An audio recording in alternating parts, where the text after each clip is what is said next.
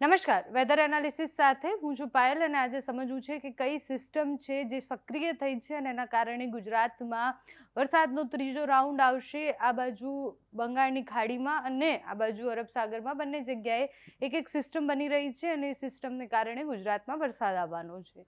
પહેલા આ વાળી સિસ્ટમ જોઈએ અરબ સાગરની, કારણ કે આજે દરિયાકાંઠાનો જે આખો ટ્રફ છે, જે મહારાષ્ટ્રથી ઉપરની તરફ જે આ ટ્રફ વધી રહ્યો છે એના કારણે ગુજરાતમાં ભારે વરસાદ પડી શકે છે.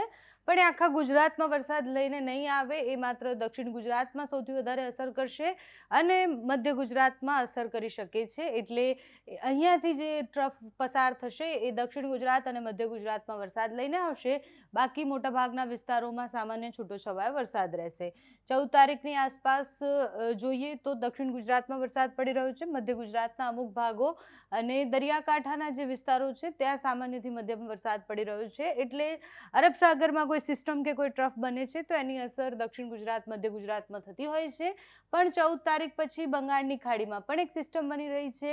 અહીંયા બનતી એક સિસ્ટમ તમને જો દેખાતી હોય તો અહીંયા એક સિસ્ટમ બને છે અને સિસ્ટમ જેમ જેમ આગળ વધશે મધ્યપ્રદેશ તરફથી એ પસાર થશે અને સિસ્ટમ મધ્યપ્રદેશ તરફથી જ્યારે પસાર થશે તો ધીરે ધીરે ગુજરાત પર એની સૌથી વધારે અસર થશે. 15 તારીખ પછીની સ્થિતિ તમે જુઓ તો મધ્ય ગુજરાતમાં અને ઉત્તર ગુજરાતમાં ભારે વરસાદ પડવાની સંભાવનાઓ છે. સાથે અહીંયાથી મહારાષ્ટ્રથી જે સિસ્ટમ આગળ વધી છે એ સિસ્ટમને કારણે પણ દક્ષિણ ગુજરાતમાં અને મધ્ય ગુજરાતમાં અને દરિયાકાંઠાના જે વિસ્તારો છે ત્યાં અતિભારે વરસાદ પડવાનો છે. તમે 16 તારીખની સ્થિતિ જુઓ તો તમને ખ્યાલ આવે કે દરિયાકાંઠાના વિસ્તારો, સૌરાષ્ટ્રના ભાગો અને દક્ષિણ ગુજરાતના વિસ્તારોમાં ભારેથી અતિભારે વરસાદ પડવાની સંભાવનાઓ છે. એટલે 16 તારીખથી જે બીજો સિસ્ટમ જે કહેવાય કે નવી જે રાઉન્ડ શરૂ નવો જે થવાનો છે એ 16 તારીખથી એની અસર જોવા મળશે. 16, 17 અને 18 તારીખની આસપાસ આખા ગુજરાતમાં ભારે વરસાદ પડી શકે છે. કચ્છ થોડો બાકાત રહી જાય છે, આમાં કચ્છમાં પણ વરસાદ પડશે, પણ 17 તારીખ પછી ત્યાં વરસાદ પડવાની વધારે સંભાવના છે. અરબ સાગરમાંથી આવતી સિસ્ટમ અને બંગાળની ખાડીમાંથી આવતી સિસ્ટમ એ સાર્વત્રિક વરસાદ લઈને આવશે. કચ્છમાં સામાન્યથી છૂટોછવાયો વરસાદ પડી શકે છે. બાકી 18 તારીખે પણ તમે જુઓ કે કેટલી ભયાનક હાલત છે. એટલે 18 તારીખે પણ આખા ગુજરાતમાં અતિભારે વરસાદ પડવાનો છે. 18 તારીખની વાત કરીએ તો સૌરાષ્ટ્રમાં સૌથી વધારે વરસાદ પડવાની સંભાવના છે. કચ્છમાં પણ ભારે વરસાદ પડશે 18 તારીખ પછી. એટલે જે બંગાળની ખાડીમાં બનેલી સિસ્ટમ હતી એ ગુજરાત પર અસર થશે અને ગુજરાત પર એવી રીતના અસર થશે કે અતિથી અતિભારે વરસાદ લઈને આવશે અને અત્યાર સુધી જેવો વરસાદ નથી પડ્યો એવો વરસાદ લઈને આવશે. હવામાન વિભાગ શું કહે છે? કારણ કે હવામાન વિભાગની આગાહી જોઈએ તો આપણને ખ્યાલ આવે કે કયા કયા જિલ્લાઓમાં વરસાદની આગાહી કરવામાં આવી છે, ક્યાં ભારે વરસાદ પડી શકે છે. 13 તારીખની સ્થિતિ જોઈએ તો દક્ષિણ ગુજરાતમાં ભરૂચ, સુરત, તાપી, નવસારી, ડાંગ, વલસાડ, દમણ, દાદરા નગર હવેલીમાં ભારે વરસાદની ચેતવણી આપવામાં આવી છે. બાકી બધા વિસ્તારોમાં પણ સામાન્યથી છૂટોછવાયો વરસાદ પડી શકે છે, પણ અતિભારે વરસાદ ક્યાંય નહીં પડે. 14 તારીખે જોઈએ તો સુરત, તાપી, નવસારી, ડાંગ, વલસાડ, દમણ, દાદરા નગર હવેલીમાં ભારે વરસાદ પડશે. એટલે 14 તારીખે પણ દક્ષિણ ગુજરાતમાં વધુ વરસાદ પડવાની સંભાવના છે. 15 તારીખે પણ સુરત, તાપી, નવસારી, ડાંગ, વલસાડ, દમણ, દાદરા નગર હવેલીમાં ભારે વરસાદ પડવાનો છે.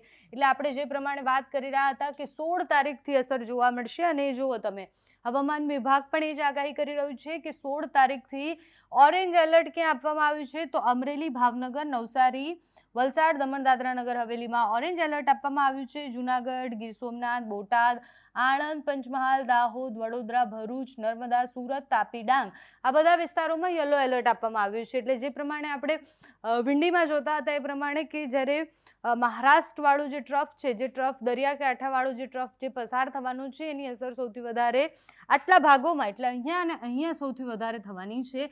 એટલે દરિયાકાંઠાના વિસ્તારોમાં અને દક્ષિણ ગુજરાતમાં એની અસર થશે. સાથે જ બંગાળની ખાડીમાં જે સિસ્ટમ બની છે સિસ્ટમ આગળ વધશે એટલે 16 તારીખ સુધીમાં એની અસરો જોવા મળશે. 17, 18 અને 19 તારીખે પણ ભારે વરસાદ પડવાની સંભાવના છે. હવામાન વિભાગનું માનીએ તો આ ત્રીજો રાઉન્ડ હોઈ શકે છે અને આ વધારે વરસાદ લઈને આવશે રાઉન્ડ. હવામાન નિષ્ણાંતોનું પણ કહેવું છે કે 2 રાઉન્ડમાં જેવો વરસાદ નથી પડ્યો, જે જગ્યાઓ બાકી રહી ગઈ છે બધી જ જગ્યાએ વરસાદ પડી શકે છે.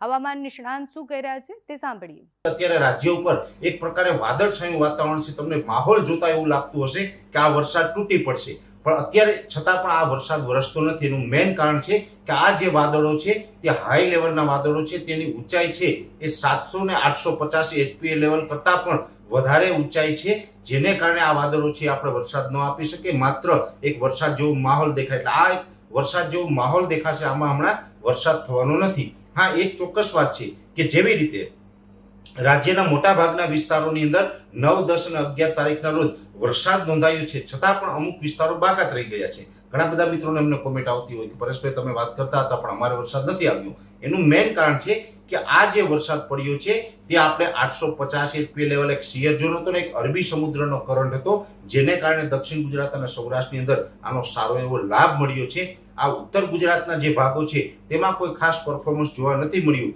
એનું મેઇન કારણ છે કે આમાં બંગાળની ખાડીની સિસ્ટમ નહોતી. હવે જે 16 તારીખથી વરસાદનું રાઉન્ડ ચાલુ થઈ રહ્યું છે એની અંદર બંગાળની ખાડીમાંથી લો પ્રેશર આવવાનું છે. જે વરસાદ છે એ અત્યારે એવું અનુમાન દેખાઈ રહ્યું છે કે સાર્વત્રિક, પછી ઉત્તર ગુજરાત હોય, સૌરાષ્ટ્ર કચ્છ હોય, મધ્ય ગુજરાત હોય કે દક્ષિણ ગુજરાત હોય, તમામ વિસ્તારોની અંદર એ આ વરસાદને આવરી લેશે. જોકે 2024ના ચોમાસા દરમિયાન આજે 12 જુલાઈ સુધીમાં જે વરસાદ નથી પડ્યો એટલો હેવી, ભારેથી અતિ ભારે અને અતિ તીવ્રતા સાથે નદી નાળા છલકાય અથવા તો ડેમો ઓવરફ્લો થાય, આ પ્રકારનો વરસાદ છે હવે 16 તારીખથી રાઉન્ડ ચાલુ થઈ રહ્યું છે.